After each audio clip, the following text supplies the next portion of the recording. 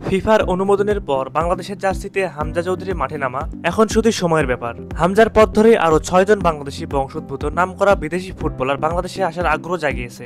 সেই ৬ জন ফুটবলার বাংলাদেশে আসলে কেমন হবে বাংলাদেশের স্কোয়াড, একবার ভাবুন তো। শেষে যে ফুটবলের নাম বলবো তার নাম শুনলে হয়তো অবাক হবেন আপনিও। তাহলে চলুন সেই ৬ জন ফুটবলার সম্পর্কে বিস্তারিত দেখে নেই ভিডিওতে। নম্বর ৬, নাবিল ইরফান। সবার একটাই কথা, নাবিল কাতার জাতীয় দলের খেলোয়াড়, তাকে আমরা পাবো না। আসলেই কি তাই? অনেকেই বলবেন কিছুদিন আগে কাতার জাতীয় দলে খেলেছেন নাবিল, কিন্তু সত্যিটা কি? সত্যিটা হলো নাবিল কাতার দ্বিতীয় স্তরের জাতীয় দলে খেলেছেন। বাফুফে যদি চায় তাহলে নাবিলকে বাংলাদেশের জার্সি গায়ে মাঠে নামানোর জন্য সকল ব্যবস্থা করতে পারে। নম্বর ৫, ফারহান আলী ওয়াহিদ।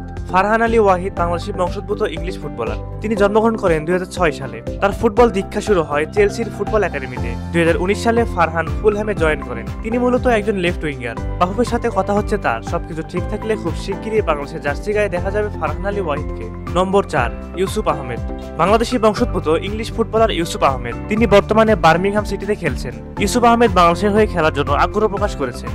বাংলাদেশ ফুটবল ফেডারেশনও কাজ চালাচ্ছে সবকিছু ঠিকঠাকভাবে এগিয়ে নিয়ে যাওয়ার জন্য।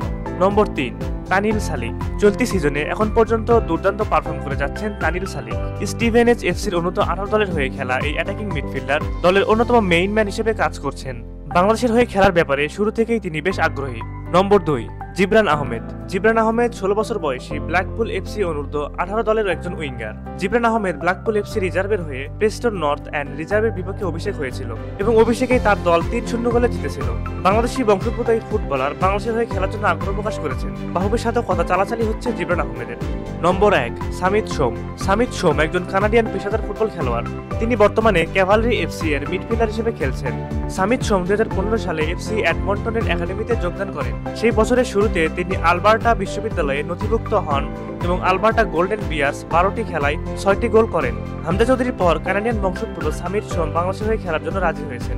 বাংলাদেশ ফুটবল ফেডারেশনের সাথেও কথা হচ্ছে তার। সবকিছু ঠিকঠাক থাকলে খুব শিগগিরই আসতে পারে অফিসিয়াল ঘোষণা। সুপ্রিয় দর্শক, আপনাদের কাছে কি মনে হয় এই ৬ জন ফুটবলার বাংলাদেশে আসলে বাংলাদেশ কি পারবে বিশ্বকাপে জায়গা করে নিতে? আপনার মূল্যবান মতামতটি আমাদের কমেন্ট করে জানিয়ে দিন।